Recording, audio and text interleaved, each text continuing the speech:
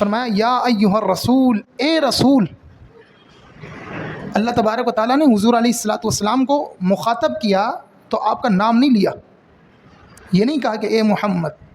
قرآن مجید پہ کہیں بھی اللہ تبارک و تعالیٰ نے رسول اللہ کو نام لے کر پکارا نہیں ہے، سمجھیے گا، نام لے کر مخاطب نہیں کیا۔ نام تو آیا ہے قرآن میں رسول اللہ کا، محمد الرسول اللہ، لیکن اللہ تبارک و تعالیٰ نے مخاطب نہیں کیا رسول اللہ کو نام سے۔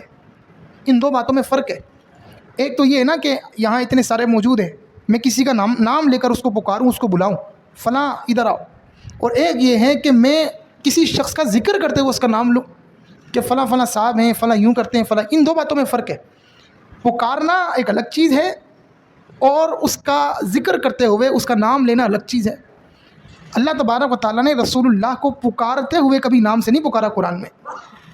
علماء کہتے ہیں رسول اللہ کا یہاں سے مقام ظاہر ہوتا ہے، عظمت کا اظہار ہے کہ اللہ تبارک و تعالیٰ کی بارگاہ میں کتنا بلند مقام ہے کہ قرآن میں اللہ نے دیگر انبیاء کو تو نام لے کر پکارا، یا نوح، اے نوح، حضرت نوح کو بھی پکارا، نام لے کر مخاطب کیا، لیکن رسول اللہ کو مخاطب کبھی نہیں کیا نام لے کے۔ جب بھی مخاطب کرنا ہوا تو بہترین القابات سے پکارا، یا ایھا النبی، اے نبی، یا ایھا الرسول، اے رسول، یا ایھا المزمل، یا ایھا المدثر۔